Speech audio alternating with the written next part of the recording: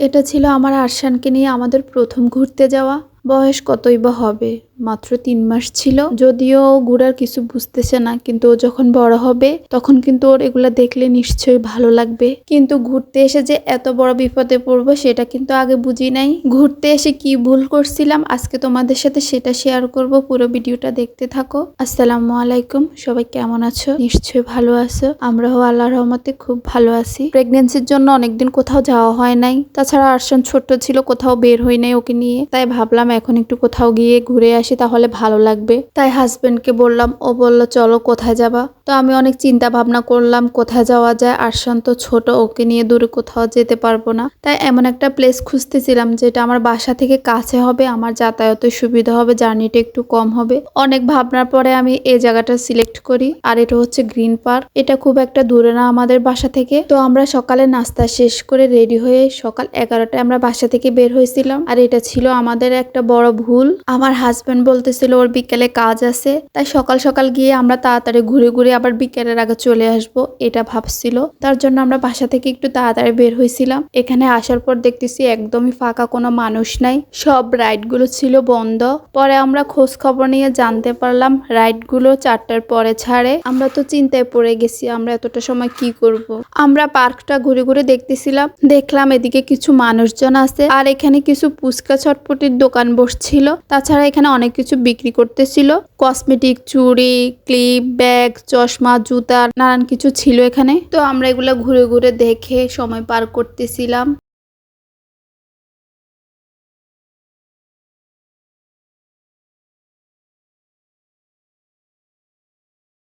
আদনানের বাবা আদনানকে বলতেছিল চলো আজকে আমরা চলে যাই, আমি তোমাকে পরে আরেকদিন নিয়ে আসবো, তখন কিন্তু সবগুলো রাইডে তোমাকে উঠাবো, চলো আজকে যাই। ও মুখে বলতেছিল চলো যাই, ঠিক আছে, কিন্তু ও মন খারাপ করেছিল। তার জন্য তার বাবা বলতেছে ঠিক আছে আসছি যখন আজকে ঘুরেই যাই, নাহলে কিন্তু আদনান মন খারাপ করে থাকবে। তার জন্য আমরা অপেক্ষা করতেছিলাম কখন রাইডগুলো ছাড়বে আর আদনানকে রাইডগুলোতে উঠাবো, নাহলে কিন্তু মন খারাপ করবে। তো আমি ঘুরে ঘুরে দেখতেছিলাম আর যে স্পটগুলো ভালো লাগতেছিল সেখানে আদনান আর আরশানের ছবি তুলে রাখছিলাম। আদনানের দাদু আর তার বাবা খুব একটা হাঁটতে পারে না, তাই তারা একটা জায়গায় বসেছিল আর আমি আদনান আর আরশানকে নিয়ে হেঁটে হেঁটে পার্কটা ঘুরে দেখতেছিলাম। তারা পুকুরের ওই পারে বসেছিল আর আমি হাঁটতে হাঁটতে আদনানকে নিয়ে পুকুরের এই পারে চলে এসেছিলাম। ওই যে তাদেরকে দেখা যাচ্ছে, তারা বসেছিল মা ছেলে। এখানে অনেকক্ষণ বসেছিলাম, তারপরে তারা আমাদেরকে ডাকতেছিল, তাদের কাছে গেছিলাম। তো পরে আমরা আবার আরেকটু সামনে আগায় গেছি। তো এখানে দেখতে পেলাম অনেকগুলো ফুচকা চটপটির দোকান ছিল, তো আমরা এখান থেকে সবাই মিলে ফুচকা খাচ্ছিলাম। ফুচকাটার টেস্ট খুব একটা ভালো ছিল না।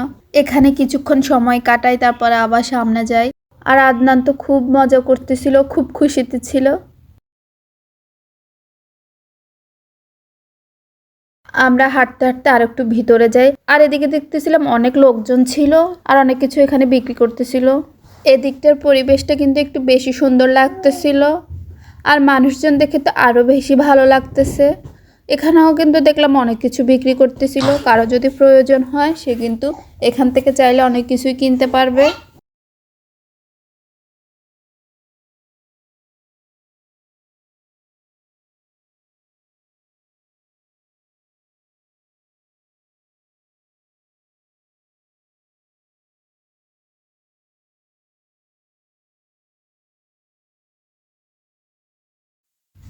এখানে দেখলাম অনেক মানুষের ভিড়, এরা মনে হয় পিকনিকে আসছিল, কোনো একটা কোম্পানি থেকে হবে, হয়তো তাদের ফ্যামিলি নিয়ে আসছে, দেখলেই বোঝা যায়। তারা কিন্তু নানান ধরনের খেলার আয়োজন করছিল আর দেখলাম অনেকগুলো গিফট নিয়ে আসছিল।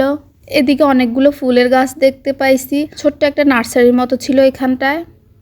এখানে একটা স্লিপার ছিল, আদনানে ওই স্লিপারে উঠতেছিল, তো আমিও তার সাথে সাথে উঠতেছিলাম উপরে।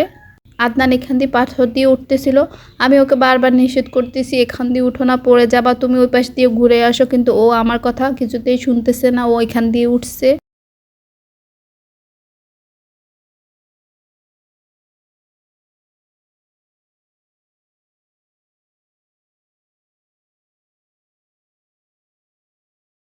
আর ওইখানে আমার শাশুড়ি আর তার ছেলে বসেছিল।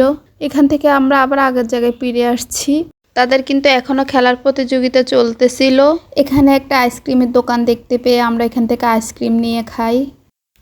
এখানে আমরা অনেকটা সময় ছিলাম, তারপরে লাঞ্চের টাইম হয়ে গেছিল, আমরা লাঞ্চ করতে যাই। আরশান কিন্তু ঘুমাই গেছিল। আর দেখো তাকে আমি কোথায় শোয়াইছিলাম, ওকে শোয়ানোর মতো কোনো জায়গা পাচ্ছিলাম না, তাই দুইটা চেয়ারকে একসাথে করে ওকে ওখানে শুইয়ে দিছিলাম। আর ও কিন্তু নিশ্চিন্তে আরাম করে ঘুমাইছিল অনেকক্ষণ। আর এটা হচ্ছে গ্রিন পার্ক রেস্টুরেন্ট। আমরা এসে খাবার অর্ডার করে দিছিলাম। খাবার আসতে অনেকটা সময় লাগবে। আদনান আর তার বাবা ফ্রেশ হতে গেছিল, আর আমি ঘুরে ঘুরে রেস্টুরেন্টটা দেখতেছিলাম। মোটামুটি মানুষজন ছিল এখানে। তো আমাদের খাবার কিন্তু চলে আসছে। আমরা এখানে নিয়েছিলাম চিকেন রোস্ট, সবজি, ডাল। আর খাবারের টেস্টটা কিন্তু আমার কাছে ভালোই লাগছিল।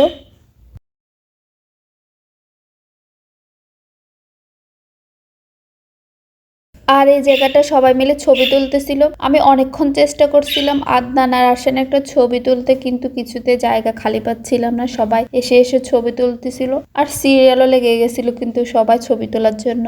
অনেকক্ষণ পরে কিন্তু জায়গা খালি পেয়েছিলাম আমরা। আমার শাশুড়ি আর তার ছেলে পুকুর পাড়ে বসেছিল, আর আমি আদনান আরশানকে নিয়ে হেঁটে হেঁটে দেখতেছিলাম।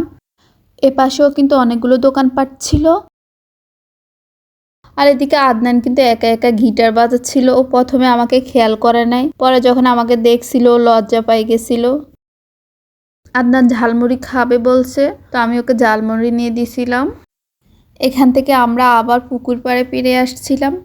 তো এখানে আমরা একটা কফির দোকান দেখতে পাইছি, তো আমরা সবাই মিলে এখানে পুকুর পাড়ে বসে কফি খাচ্ছিলাম। আর আমরা আরশানের সাথে সবাই মিলে গল্প করতেছি। আমি অনেকক্ষণ ধরে আরশানের একটা ছবি তোলার চেষ্টা করতেছিলাম, ওকে বারবার ডাকতেছিলাম আমার দিকে তাকানোর জন্য, কিন্তু ও আমার দিকে কিছুতেই তাকাবে না। ও শুধু ওর দাদুর সাথেই কথা বলতেছিল, হাসতেছিল দাদুর দিকে তাকাই তাকাই।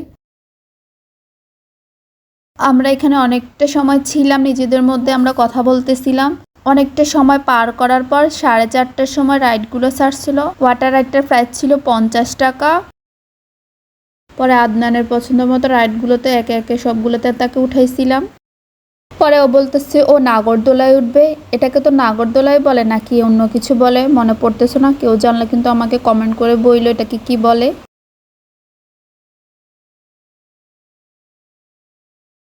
দোলনাটা থেকে তার দোলনায় উঠতে ইচ্ছে করতেছে। ওর বাবা ওকে জিজ্ঞেস করতেছে তোমার আর কোন রাইডে উঠতে ইচ্ছে করতেছে। ও বলতেছে না আর কোনো রাইডে উঠবে না। তো আমি ওর নৌকাটা দেখে ওকে বলতেছি এখানে উঠতে, ও বলতেছিল উঠবে না, ওর নাকি ভয় করতেছিল। আমাদের ঘোরা কিন্তু শেষ। আমরা এখান থেকে কিন্তু তারপরে বাসা চলে যাব। আর আমাদের যেতে যেতে কিন্তু একদম সন্ধ্যা হয়ে গেছিল। তো সবাই ভালো থাকবেন, দেখা হবে অন্য কোনো দিন। আল্লাহ হাফেজ।